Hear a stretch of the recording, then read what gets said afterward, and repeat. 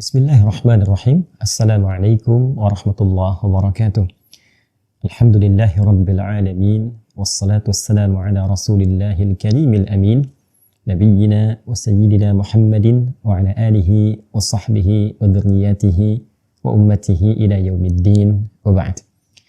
Saudara-saudariku, dimanapun Anda berada, semoga video ini menemui kita semua dalam keadaan yang sehat, dilindungi oleh Allah Subhanahu wa taala, dimuliakan serta diberikan bimbingan berkehidupan dalam menata dan menjalani aktivitas kita di dunia ini sehingga bernilai baik di hadapan Allah Subhanahu wa taala, khususnya saat kita mempertanggungjawabkan itu semua di yaumil hisab insyaallah. Mengawali jumpa kita di video ini, saya pertama ingin menyampaikan terima kasih yang sangat mendalam kepada teman-teman semua yang dengan tulus memberikan iringan doa-doa positif yang mengantarkan pada kemudahan kami dalam berdakwah atas izin Allah Subhanahu wa taala, khususnya di 3-4 hari ke belakang dalam safari dakwah baik di Pekanbaru pun demikian di Bali serta beberapa tempat di Indonesia yang lain, yang keseluruhannya dengan izin Allah Subhanahu wa taala alhamdulillah berjalan lancar dan baik. Tentunya izin Allah yang memberikan hidayah pada siapapun, namun saya senantiasa mengingatkan pada diri pribadi dan kita semua agar kita saling mendoakan untuk bisa istiqomah, konsisten beramal saleh apapun yang Allah titipkan kepada kita dalam menjalani kehidupan di dunia ini. Baik peran dengan jabatan, peran dengan harta benda, peran dengan pengetahuan, peran dengan tenaga, silahkan dijalani sepanjang kita mampu terkoneksi pada Allah dengan cara yang baik dan kita jaga mudah-mudahan kebaikan itu sampai kita wafat menghadap Allah Subhanahu wa taala. Teman-teman, di sela-sela safari dakwah dan sampai dengan kini kita mendapati beragam informasi baik di podcast ataupun juga tayangan-tayangan umum atau informasi-informasi di media perkembangan seputar Palestina yang sisi positifnya alhamdulillah bisa memberikan kepada kita stimulus untuk mencari informasi-informasi yang akurat, informasi-informasi yang memiliki nilai argumentasi yang positif, yang kuat, sehingga kita mampu mendapatkan wawasan yang lebih luas, menyelami akar persoalan-persoalan baik di Palestina ataupun juga yang terkoneksi ke tempat-tempat lain, baik dalam perspektif sejarah, perspektif juga strategi ataupun juga pengetahuan-pengetahuan lain, yang tentunya dengan itu semua yang paling penting adalah menuntun kita untuk selalu istiqomah pada kebaikan, karena Allah Subhanahu wa taala memberikan pesan yang kuat, semisal di Quran surah ke-65 ya, surah Al-Mulk di ayat yang kedua ketika Allah Subhanahu wa taala berfirman, "Walladzi khalaqal mauta wal hayata liyabluwakum ayyukum ahsanu amala." Dialah Allah Subhanahu wa taala yang mencipta kematian dan kehidupan untuk menguji kita yang masih hidup agar belajar dari itu semua untuk meningkatkan amal kebaikan, untuk meningkatkan peran-peran positif yang dengan itu kita bisa siapkan diri kita untuk mencari bekal yang baik sebelum menghadap pada Allah Subhanahu wa taala. Karena itu, semua hal yang kita tatap di dunia ini, baik di domestik di Indonesia, kejadian-kejadian apapun yang terjadi di daerah, di kota tertentu yang semisal menarik perhatian secara nasional atau tidak menarik perhatian secara nasional yang mampu kita akses, tentu baik itu kejadiannya sifatnya menghadirkan suka ataupun duka, kehidupan, bahkan kematian, semua kita pelajari untuk diambil hikmahnya. Apa yang bisa kita dapati dari situ? Kalau kurang baik, artinya kita harus mempersiapkan supaya hal-hal yang dimaksudkan tidak menimpa pada diri kita, dan apa sumbangsih kita untuk memperbaiki itu. Demikian diajarkan sebagai seorang muslim dalam tuntunan keislaman kita. Jika peristiwa itu baik, maka bagaimana kita membangkitkan semua potensi dan energi dalam diri kita untuk meneladani kebaikan itu, sehingga ia bisa meluas dan dirasakan oleh siapapun di tempat manapun dalam kita berkehidupan. Karena itu setiap orang Islam datang ke satu wilayah selalu disebut dengan fatah. Ya, ke Andalus misalnya di Iberia, Fathul Andalus, artinya membuka nilai-nilai kebaikan supaya dirasakan dimanapun.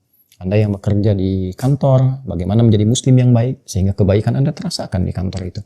Pun demikian, yang bekerja beraktivitas dimanapun, sisi positifnya adalah apa yang tadi telah kita uraikan. Demikian bukan hanya di Indonesia, tapi juga dalam skala global, karena kita termasuk warga dunia, masyarakat dunia, yang mau tidak mau konsekuensinya saat ini menjadi kecil interaksi kita karena mendapati fasilitas-fasilitas yang mudah mengakses dan mengoneksikan kita pada semua kejadian yang bisa kita dapati di muka bumi ini. Karena itu kita dapati banyak hal, ada podcast membahas tentang baik itu yang di Palestina, di Rusia, di Ukraina, di Amerika, di India, berbagai belahan tempat yang mudah diakses, yang semua punya tujuan masing-masing.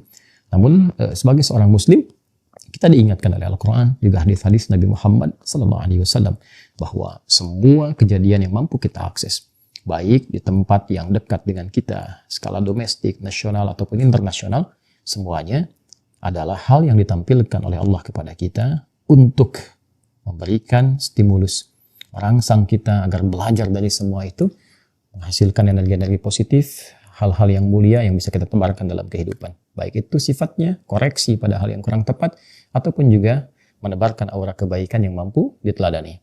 Dalam konteks ini, kita banyak dapati, baik itu tadi saya sampaikan, diskusi di podcast dan sebagainya, tanggapan-tanggapan seputar kejadian-kejadian yang berlangsung di Palestina hingga saat ini. Lebih tepatnya kita spesifikkan di Gaza dan juga sekarang sudah mulai merembet ke tepi barat.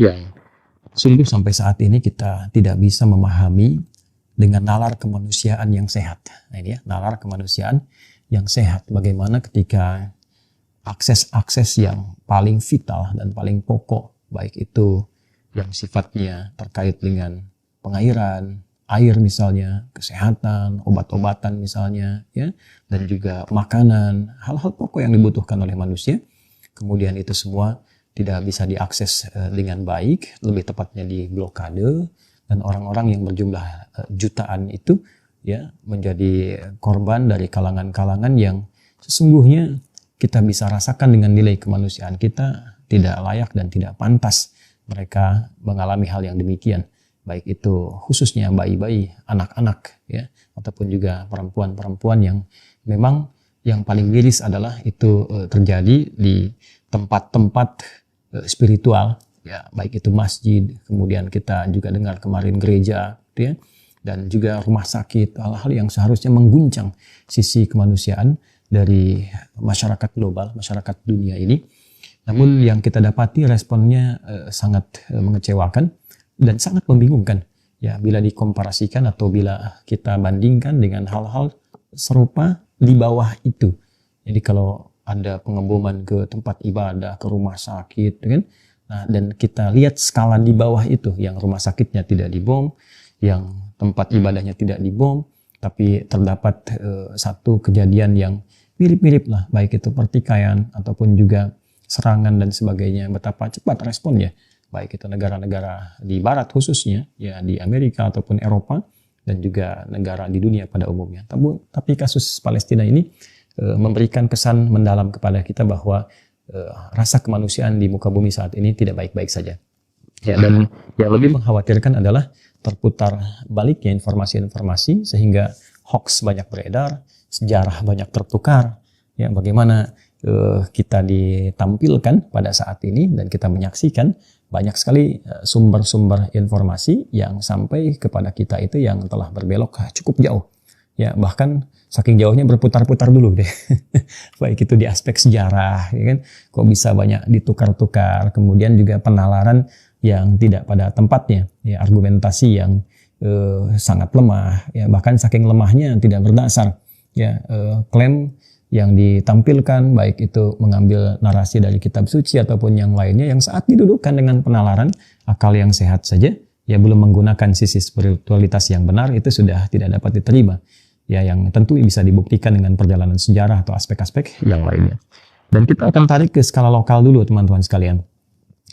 Beberapa perbincangan-perbincangan yang ada saat ini senantiasa ada juga arah yang menyoal tentang mengapa memberikan perhatian yang begitu luas ya pada aspek-aspek yang jaraknya terlampau jauh dari Indonesia. Kita tarik ke skala lokal dulu di Indonesia. Kita orang Indonesia, banyak juga berbagai macam persoalan yang membutuhkan perhatian di Indonesia ini, tapi energi kita kenapa terlampau jauh sampai memperhatikan hal yang terjadi di luar wilayah Indonesia, tepatnya di Palestina, ini kan jarak yang cukup jauh ya, dan komparasi yang disampaikan juga cukup menarik, tapi juga dalam aspek lain cukup lemah dari sisi argumentatif ya, dari sisi argumentasinya.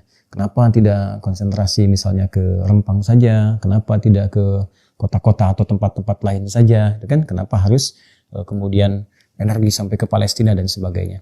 Ya, pertanyaan serupa juga menjadi menarik ketika digunakan nalar yang serupa, logika yang serupa. Ya, kenapa pemerintah harus repot-repot terlibat memediasi Rusia dan Ukraina, kemudian mengirimkan Menhan terlibat menjadi penengah? Ya, kenapa tidak mengirimkan untuk terlibat sebagai penengah dan menyelesaikan dengan persoalan di Papua misalnya, ya kan? Atau persoalan konflik di tempat-tempat lain, daripada alih-alih keluar? Kan di sini masih banyak masalah. Hal yang serupa. Mengapa kita kirimkan pasukan perdamaian sampai ke Afrika, sampai keluar? Ya kenapa nggak di sini saja? Kan di sini banyak masalah juga gitu. Nah, jadi ini sesungguhnya argumentasi-argumentasi yang lebih kepada sentimen, bukan argumen, gitu ya. Jadi dan dasarnya tentu saja tidak bisa kita salahkan begitu saja, tapi kita ambil sisi positifnya untuk melatih kita bagaimana berpikir dengan jernih, dengan baik, dengan benar, dan juga yang paling penting adalah bagaimana kita memfungsikan diri kita dari 3 aspek utama. Ya, 3 ini adalah kewajiban kita sesungguhnya. Ya, yang pertama adalah sebagai warga masyarakat dunia. Bagaimanapun kan kita tinggal di dunia. Ya, kita tinggal di dunia, di bumi ini. Kita bukan penghuni planet Mars, ya, juga bukan penghuni Pluto yang sudah tidak disebut lagi sekarang planetnya. Kita bukan penghuni langit, tapi kita warga dunia. Ya, sebagai warga dunia, dimanapun kita berada, apalagi aksesnya sekarang sudah mudah untuk dilihat, disaksikan, didapati, kejadian berlangsung, seketika itu bisa kita klik, ya, kita dapat, mau nggak mau, ya yang paling menarik itu begini, memberikan sebuah argumen dengan sentimen yang sangat tinggi, ya mencegah orang berbicara atau berkontribusi atau bergerak misalnya untuk dunia luar, taruhlah Palestina, tapi saat yang bersamaan, podcastnya, dialognya juga membahas Palestina. Ini kan tidak konsisten dari segi logika, gitu kan? Yang dibahasnya adalah luar. Bahkan yang paling menarik juga, kadang-kadang saya perhatikan ada podcast-podcast tertentu yang kalau terjadi beberapa kejadian di luar, misalnya perang Ukraina dengan Rusia, kemudian NATO ini itu atau pergerakan di luar, itu justru menjadi 75% pembahasannya. Tapi ketika membahas tentang Palestina menjadi bergeser. Kenapa digeserkan sentimennya kepada warga lokal atau misalnya nasional di Indonesia untuk lebih concern ke dalam, sementara podcastnya sendiri membahas persoalan luar negeri. Ya, misal ya, baik itu podcast atau perbincangan yang lain. Jadi kita ingin tarik dulu pada argumen yang tepat. Satu, sebagai warga dunia yang saat ini setiap waktu kita bisa akses semua kejadian. Ya tentu, kita bahkan di undang-undang kita. Nah ini poinnya. Di undang-undang kita, bahkan kita itu diajak untuk bisa berpikir global. Untuk menjadi bagian aktif dari warga dunia, khususnya terkait agen-agen perdamaian yang menebarkan kebaikan-kebaikan, anti penjajahan, anti kekerasan, dan sebagainya. Karena itulah kemudian dalam amanat Undang-Undang Dasar kita, ya di pembukaan itu saya insya Allah sangat mengingat sekali, karena waktu kecil SD juga menjadi pembaca Undang-Undang Dasar. Ya, saat maju ke depan kemudian menyampaikan Undang-Undang Dasar Negara Republik Indonesia tahun 1945, pembukaan bahwa sesungguhnya kemerdekaan itu ialah hak segala bangsa. Dan oleh sebab itu, maka penjajahan di atas dunia harus dihapuskan karena tidak sesuai dengan peri kemanusiaan dan peri keadilan. Sampai sini saja, kita sudah bisa menyimpulkan bahwa undang-undang kita sudah mendorong setiap warga negara Indonesia untuk berpikir global. Berpikir mendunia, betapa hebatnya para orang tua kita memberikan dasar-dasar, pondasi-pondasi berbangsa, bernegara yang mengajak semua lapis masyarakatnya, warga negaranya, bukan hanya memajukan bangsanya, tapi bagaimana mengkreasikan kemajuan ini untuk menginspirasi dunia dan menjadi sentral teladan bagi semua kegiatan berkemanusiaan di muka bumi ini.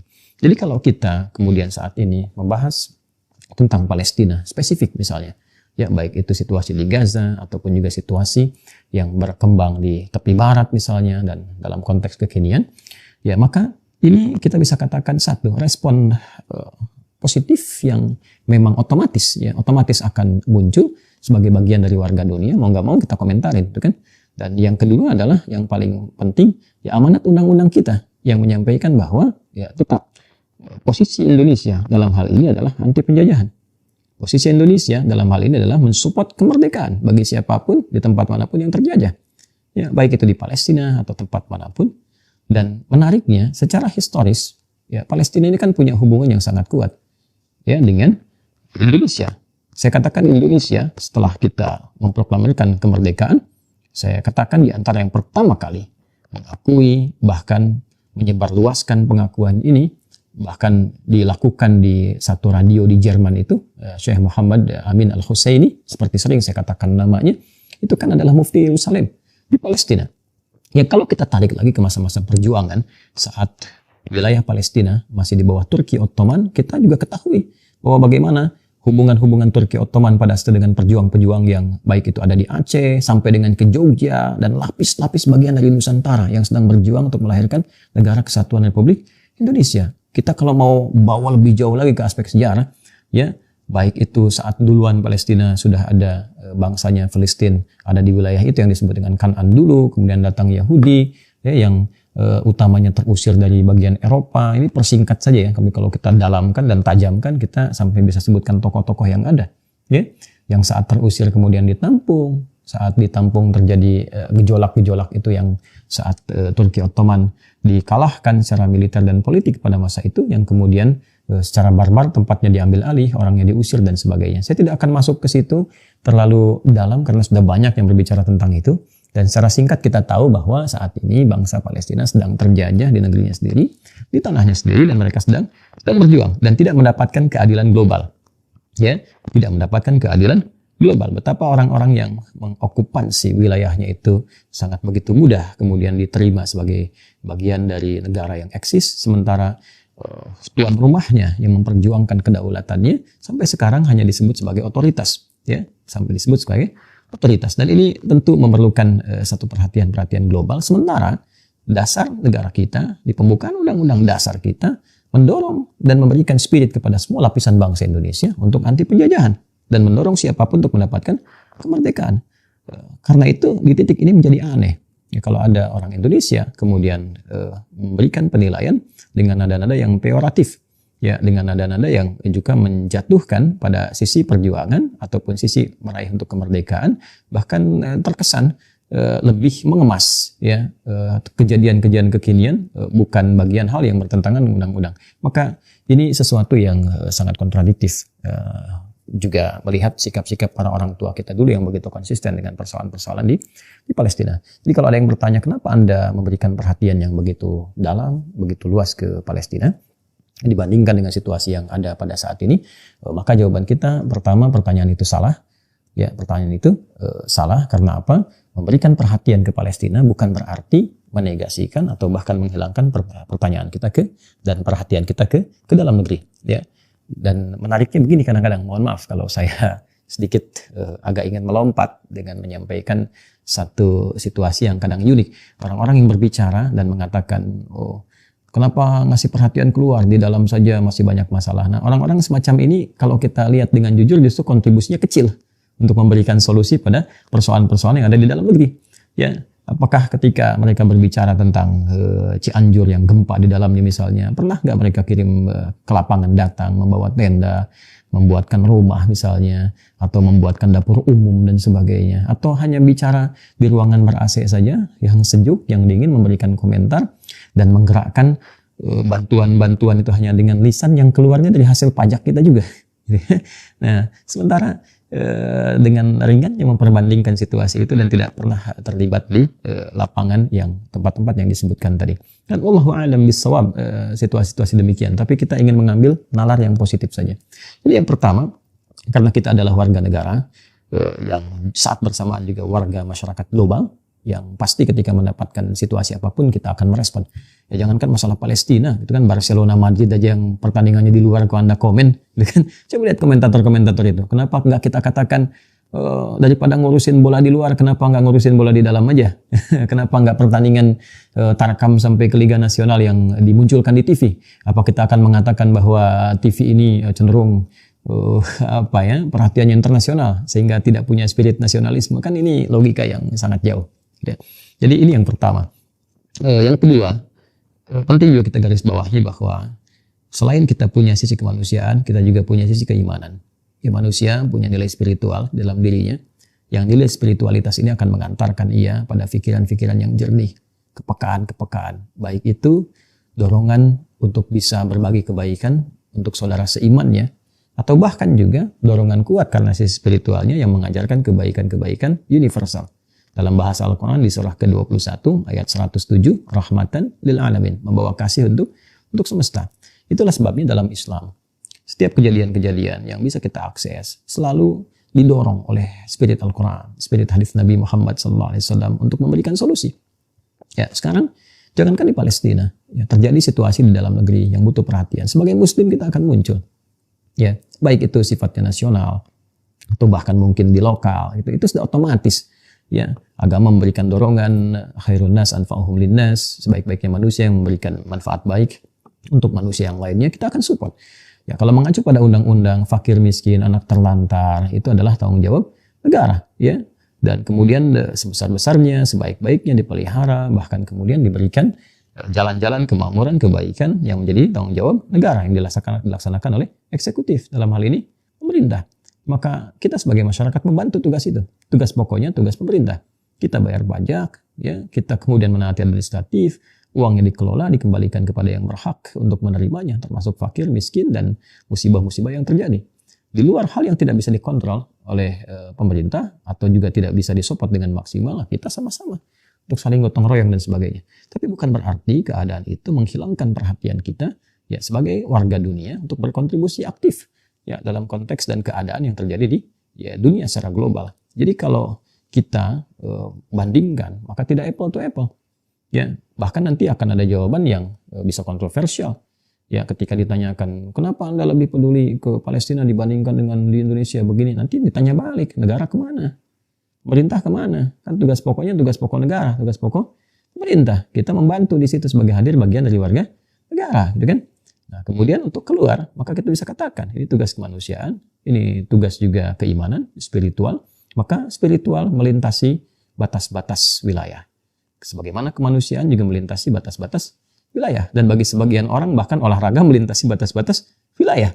Ya kan? Ya, seperti yang Anda saksikan, yang hobi olahraga kan dia juga belum tentu cinta dengan yang lokal. Mungkin dia cinta dengan yang di luar dan sebagainya. Dan seterusnya, seterusnya.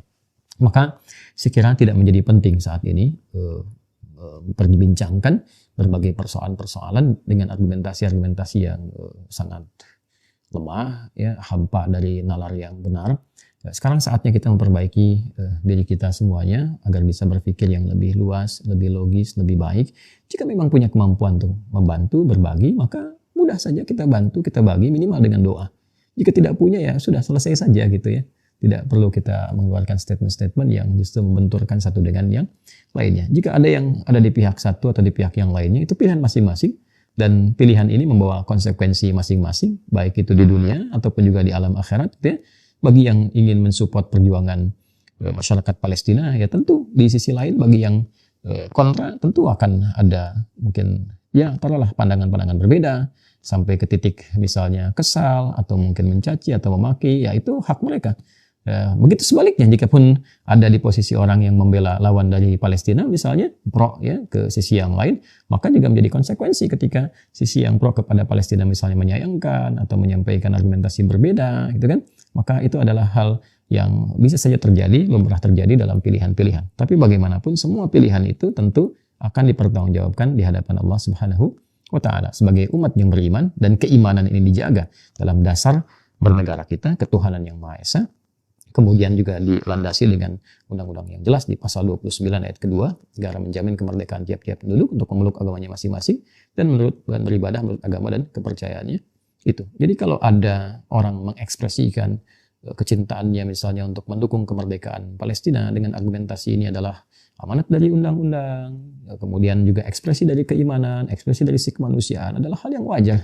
Ya, kalau ada alasan silahkan berargumen, tapi juga jauhi sentimen. Begitu sebaliknya pada aspek-aspek yang lainnya. Saya kira itu yang sedikit banyak kita harus dudukan dengan cara yang elegan, dengan cara yang baik. Jadi bagi kita khususnya umat Islam, teruskan ya doa kita baik untuk saudara-saudari kita di Palestina yang sedang berjuang untuk menggapai kemerdekaan. Dan ingat, di sana bukan hanya orang Islam saja. Bukan hanya orang Islam saja. Di sana ada Kristennya, kan? Ada Yahudi-Yahudi yang nggak sepakat juga dengan Zionis, ya. Sekalipun pada akhirnya ya banyak yang diam juga gitu kan. Tapi tetap kita mendoakan, ya. Dan dalam doa dan perjuangan itu tentu akan ada tantangan-tantangan, ada juga kemudian pandangan berbeda. Itu biasa, itu biasa. Jadi santai-santai saja dengan yang demikian, tidak perlu terlalu berlebihan, ya. Dan di sisi lain juga kita tetap bisa konsisten untuk saling berbagi, membantu, memperhatikan semua yang ada di sekitaran kita di wilayah Negara Kesatuan Republik Indonesia, sehingga terjadi keseimbangan-keseimbangan dalam interaksi kita. Ini adalah hal yang mungkin bisa kita bagi di kesempatan ini.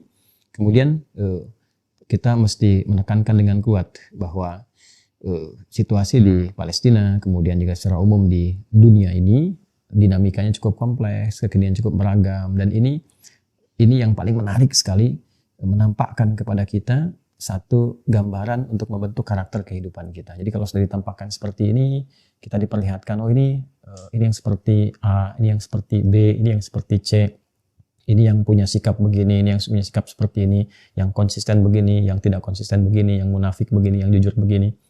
Kita jika melihat semua itu dengan kacamata yang bening, dengan hati yang bersih, kita akan betul-betul semakin yakin dengan kebenaran Al-Quran dan hadis-hadis Nabi Muhammad SAW. Pada hakikatnya, semua ekspresi itu ditempatkan kepada kita untuk menguatkan kebenaran Islam, untuk semakin kita mengesahkan Allah Subhanahu Wa Taala, dan semakin kita serius menyiapkan bekal untuk kembali kepada Allah dalam kebaikan. Singkatnya, teman-teman, bersyukur kepada Allah telah ditempatkan banyak hal dalam kehidupan kita. Tetap kita semangat dalam persoalan Palestina ini. Sebetulnya banyak hal yang bisa kita urai kalau ada partner-partner dialog yang bagaimana membahasakannya, yang bisa kita menggali lebih dalam. Semacam misalnya kita bisa belajar tentang genealogi, psikologinya Bani Israel. Ya, saya menyebut Bani Israel, bukan konteks Israel yang Zionis kekinian, tidak. Tapi ada secara psikologis karakter mereka itu sudah menjadi genealogi mereka gitu ya. Misal sikap penakut itu ada sebetulnya, ya, yang lebih dekat ke sikap pengecut misalnya, penakut itu ada itu dari dulu sekali, dari sejak umatnya Musa alaihissalam. Jadi sebetulnya kalau terjadi sekarang misalnya head to head berhadapan, itu nggak akan mungkin dari pihak Israel khususnya misalnya saat ini ya, kondisi kekinian, nggak akan mungkin punya keberanian. Nggak akan mungkin, karena itu sudah genealogi yang tersambung ke asal-asal di awal, bahkan diabadikan dalam Al-Quran kita dapati, hadis-hadis juga banyak ya. Makanya kalau sekarang melihat misal ada mau masuk dari darat dan sebagainya, itu belum tentu punya keberanian ya, belum tentu. Yang paling muncul itu hoax saja, yang berita-berita keluar, itu dari dulu. Kalau rajin baca Quran kita tahu tuh ya, produsen hoax paling hebat di dunia itu ya orang-orang itu ya, muncul berita bayi-bayi dipenggal, ternyata nggak dipenggal, ya kan? Muncul berita kita nggak ngebom rumah sakit, ternyata ngebom rumah sakit, itu macam-macam lah muncul. Dan sekarang mau ada serangan darat, silakan hakul yakin cek siapa orang-orangnya, paling-paling juga tentara bayaran gitu, datang dari sana dari sini, 1-2 lah orang-orang demikian. Punya keberanian hanya menggunakan pesawat saja dari atas, ngebom-ngebom dan sebagainya. Itu satu sisi ya, satu sisi. Jadi sebetulnya aspek-aspek lain banyak yang bisa dikaji, dan ini mahal pelajaran-pelajaran semacam ini. Tapi lebih utamanya adalah mengembalikan kepada kita untuk berpikir positif. Alhamdulillah kita jaga kedamaian di Indonesia, jaga ketenangan, ya, jaga perdamaian untuk kita semua yang ada di sini, sehingga apa yang terjadi di luar pun jangan sampai juga membawa itu semua pada pertikaian di dalam negeri. Pendapat-pendapat dikeluarkan, dikemukakan asal dengan cara yang santun, argumentasi yang benar, ya kita saling belajar untuk menguatkan dengan yang lainnya. Dan yang terakhir, ini yang paling penting, betapapun dan bagaimanapun situasi di luar Indonesia, ketika kita tanggapi dari dalam, tetap harus menjadikan diri kita secara nasionalisme atau secara nasionalis untuk selalu menguatkan konteks atau bingkai kenegaraan kita. Jadi jangan sampai perbedaan pandangan, situasi di luar menjadikan kita justru lemah, rapuh, dan lupa bahwa kita sedang membangun negara kita lebih kuat, lebih makmur, lebih sejahtera, lebih membahagiakan. Dan satu masa kita harus membuktikan kepada dunia bahwa kita sanggup menjadi negara terkuat yang memimpin dunia ini. Saya kira itu yang bisa dibagi. Semoga bermanfaat. Maafkan saya. Subhanakallahumma bihamdika, asyhadu an la ilaha illa anta, nastaghfiruka wa natubu ilaik. Wa akhiru da'wana alhamdulillahi rabbil alamin. Terima kasih. Assalamualaikum warahmatullahi wabarakatuh.